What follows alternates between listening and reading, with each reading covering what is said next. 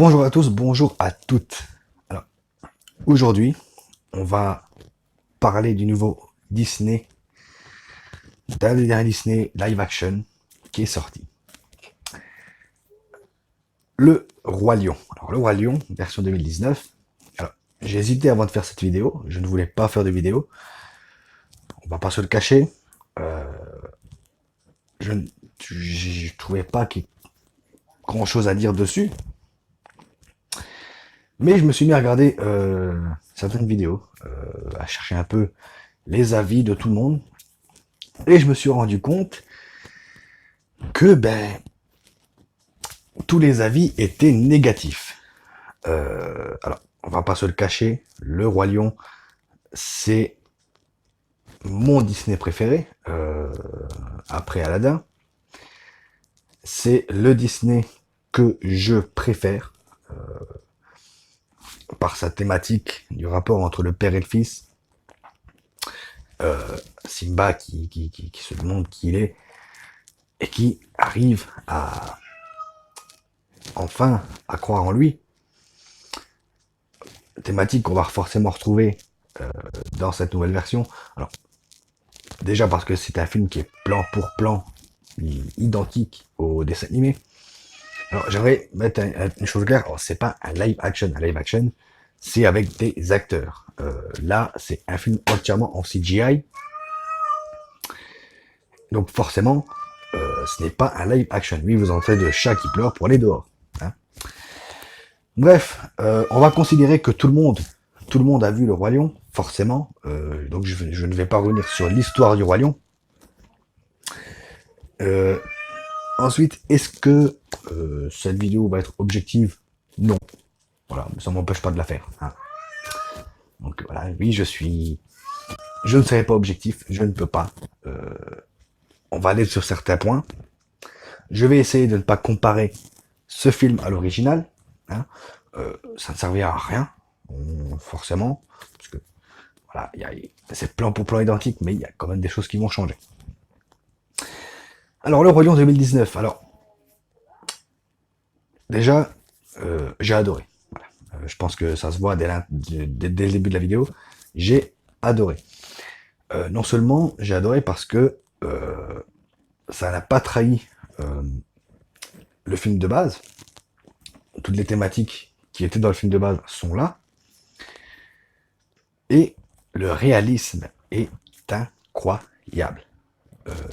Dès la première scène, sur la chanson L'histoire de la vie, on est dedans. Alors, il y en a qui diront ou qui ont dit, passer les 5 minutes, les premières 5 minutes, on a pris une claque et c'est terminé. Non, moi j'ai pris une claque du début à la fin. Voilà, j'ai pris une claque monumentale à l'effet visuel du début à la fin. J'ai toujours dit, dès le début du projet, je l'ai pas dit en vidéo, hein, parce que voilà, à la base, quand je vous dis, je voulais pas faire de vidéo là-dessus. Mais j'ai toujours dit à mes proches, si je ne pleure pas pendant le film, eh bien, le film sera raté. Et, eh bien, dès les premières minutes du film, j'ai eu une larme. Arrivé à la mort de Mufasa, alors oui, forcément il y aura du spoil, hein, parce que tout le monde a vu le Roi Lion. Ceux qui ne l'ont pas vu, c'est que vous avez passé les 20 dernières années, ou les 25 dernières années sur Mars. Hein. Bref, à la mort de Mufasa, j'ai pleuré, comme quand j'étais gamin en 94, quand j'ai vu le Roi Lion original. Bien sûr, le Roi Lion original devait faire 1h25, 1h30 à peu près. Et là, on a étiré le film sur 1h40, 2h. Alors, il y a des scènes qui ont été rajoutées. J'avais peur aussi que ces scènes ne servent à rien. Eh bien non. En fait, elles servent. Alors, elles servent pas visuellement.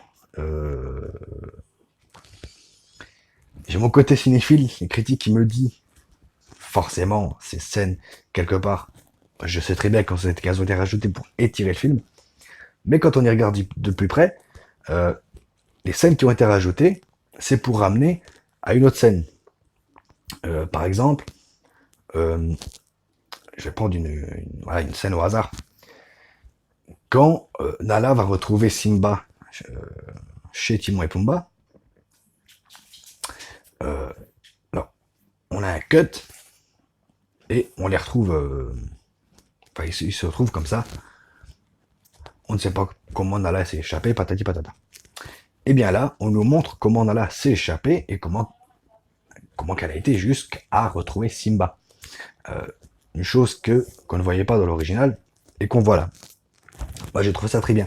Et toutes les scènes qui ont été rajoutées, ça amène à ça. On part de la scène pour arriver à la situation qu'on connaissait forcément dans le film original. Et ça a été bien amené, ça évite les mauvais cuts, les trucs comme ça. Maintenant, parlons du réalisme. Alors, forcément, c'est un film, je dis toujours, et je le dirai toujours, un film doit être réaliste. C'est comme ceux qui râlent parce que dans Nicky Larson, il n'y a pas beaucoup de coups de marteau. Il faut que ça soit réaliste. Alors, forcément, dans les chansons, parce que les chansons y sont, même soyez prêtes, celle-là, on va en parler aussi. Donc, dans ce fameux Roi Lion, les chansons sont toutes là. L'histoire de la vie, je voudrais déjà être roi. Celle-là, dans le dessin animé, rappelez-vous, il y a tous les animaux qui montent l'un sur l'autre, et patati et patata, il y a des jeux de lumière, des jeux de couleurs. On ne pouvait pas faire ça en film. Ça n'aurait pas été crédible. Comme il y a des situations que les lions ou les personnages font dans le dessin animé, que ben, là, ils les font pas forcément parce que ça aurait fait cartoon. Comme la scène de fin où Timon et Pumba font le hula hoop et machin, on va ça aurait pas été crédible. Hein, là, ils font autre chose qui est plus crédible. Euh, comme quand l'amour brille sur les étoiles. Alors, à la fin de cette chanson, on voit Timon et Pumba qui chantent leur réplique et qui se mettent à pleurer comme des bébés. Forcément, dans le film de 2019, cette situation n'y est pas. Parce que ben, ça aurait fait trop cartoon, on n'aurait pas pu y croire. Alors, certes, il y a des moments où on a l'impression de voir un documentaire, tellement c'est d'un réalisme, c'est hallucinant. J'ai entendu dire que des gens auraient préféré le livre de la jungle, qui est aussi réalisé par Jon Favreau, plutôt que ce Roi Lion. Eh ben moi non. Moi, le Roi Lion, le livre de la jungle, pardon, je n'ai pas aimé. Pourquoi? Parce que je suis pas rentré dedans. Alors certes, il y avait un acteur, il y avait ceci, il y avait cela, il y avait des décors. Ok. Moi, j'ai pas aimé parce que je suis pas rentré dedans, tout simplement parce que les effets spéciaux, je n'y ai pas cru une seule seconde. Les animaux étaient mal faits. Dans le Roi Lion, c'est d'un réalisme hallucinant. Que ce soit dans les mimiques des animaux, que ce soit même Timon et Pumba, Zazu, Rafiki, leurs yeux, ce que leurs yeux amènent comme émotion, c'est hallucinant. Bien sûr, les premières minutes du film, je me suis dit, on voit pas tellement d'émotion dans leurs yeux ou leur façon de parler. Après, je me suis mis à réfléchir, je me suis dit, tout est tellement réaliste. On peut pas faire sourire un lion, comme dans le dessin animé. Donc forcément, il faut que ça soit réaliste. Passé ça, j'ai réussi à vraiment à rentrer dedans.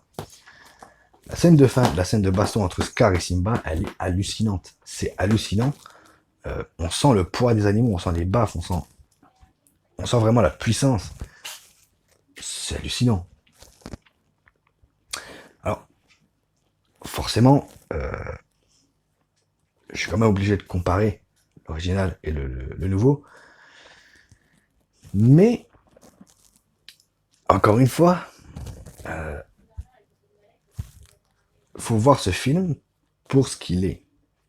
Si maintenant vous voulez comparer telle et telle chose, vous ne pouvez pas. C'est comme Soyez prête, la chanson de Scar, qui à la base n'aurait pas dû être là. Forcément, ils n'auraient pas pu échapper à ça. Alors, c'est pas comme dans le dessin animé où on voit les hyènes passer en rang, où on voit Scar faire des gestes avec ses mains. Forcément, ça, on peut pas le voir. Mais, on a toute une scène qui est à moitié chantée, à moitié parlée, et cette scène colle parfaitement avec cet univers, l'univers du film, hein, soyons clairs. Ça colle parfaitement, et ça marche. Ça n'a pas la puissance de la chanson, forcément, mais dans cet univers, ça marche. C'est, ça marche. Même moi, je me suis dit, waouh, ça a quand même marché. Parce que j'appréhendais ça, et ça a marché. Maintenant, parlons du casting. Alors, le casting vocal. J'ai vu le film en VF. Je sais qu'il y en a qui sont pro VO, machin. Moi, non. Je regarde mes films en VF parce que je suis français. Sauf quand j'ai des films espagnols, je les regarde en VO parce que voilà, je comprends l'espagnol, je suis espagnol, donc voilà, bref. Cette parenthèse fermée. Alors, le casting, on va retrouver Jean Reno en Mufasa comme dans l'original. Alors, là, avec l'âge qu'a pris Jean Reno, donc sa voix forcément a vieilli, j'ai trouvé que Mufasa avait plus de puissance dans sa voix. Ça rajoute un côté plus majestueux, plus royal. D'autres vont me dire, non, moi j'ai préféré. Non, moi franchement, je trouve que Jean Reno au Mufasa aujourd'hui, ça a plus d'impact que la voix de Jean Reno dans l'original. J'ai oublié le doubleur qui faisait Simba jeune. Euh, alors aussi, ça a marché, même si par moment on sent qu'il y a des petites choses qui vont pas. Mais voilà, c'est vraiment des petites choses. Et Ryan Bensetti, qui a le rôle de Simba adulte. Alors, je sais que c'est pas lui qui chante, donc bon, ça, passons. Mais bon, les chansons, on en a déjà parlé. Donc oui, Ryan Bensetti qui prend le rôle de Simba. Alors, au début, j'avais peur aussi. Je l'aime pas trop en tant qu'acteur, hein. Mais bah, c'est passé comme une lettre à la poste. Euh, Franchement, j'ai pas ressenti de d'incohérence ou de problème de doublage. Après, je suis pas un pro du doublage, mais chez moi, ça a marché. Et ma grande peur, c'est quand j'ai appris qu'il y avait Jamel Debbouze au casting et qui faisait Timon. Alors, ceux qui me connaissent savent que je n'aime pas Jamel Debbouze, surtout dans le monde du doublage. Ça m'énerve quand il fait ses machins. Voilà, parce que pour les peu de films que j'ai vu avec lui quand il fait du doublage, il faisait du Jamel Debbouze et point.